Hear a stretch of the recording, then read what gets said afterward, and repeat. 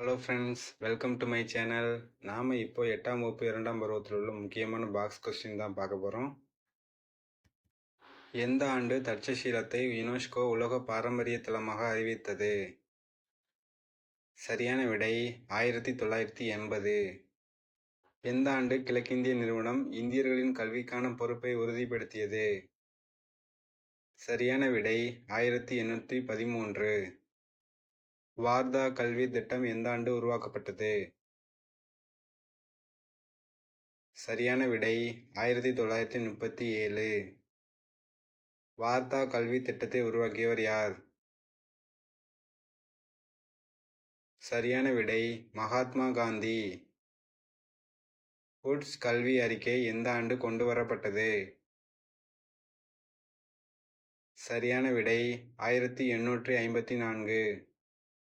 ஆங்கில கல்வியின் மகா சாசனம் என்று அழைக்கப்படும் அறிக்கை எது?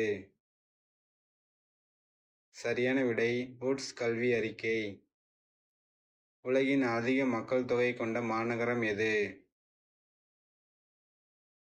சரியான விடை டோக்கியோ.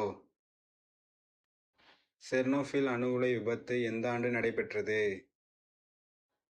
சரியான விடை 1986 ஏப்ரல் 26. கதிர் இயக்கவியல் சார் மற்றும் சுற்றுச்சூழல் உயிர்வள பெட்டகம் என்று அழைக்கப்படும் நாடு எது? சரியான விடை உக்ரைன். சமய சார்பின்மை என்ற சொல் செகுலம் என்ற எந்த மொழியிலிருந்து உருவானது? சரியான விடை லத்தீன். சேக்குலரிசம் என்ற பதத்தை உருவாக்கிய எழுத்தாளர் யார்? சரியான விடை ஜார்ஜ் ஹேக்கப் ஹோலியோக். அக்பரின் கல்லறை எந்த இடத்தில் அமைந்துள்ளது? சரியான விடை சிக்கந்தரா. தீன் இலாஹி என்னும் கொள்கையை உருவாக்கிய முகலாய பேரரசர் யார்? சரியான விடை அக்பர். உலக மனித உரிமைகள் தினமாக கொண்டாடப்படும் தினம் எது? சரியான விடை டிசம்பர் 10. குழந்தை தொழிலாளர்கள் முறையை தடை செய்யும் சட்டப்பிரிவு எது? சரியான விடை பிரிவு 24. ஆரோக்கியமாக குழந்தைகள் வளர வழிவகை செய்யும் சட்டப்பிரிவு எது?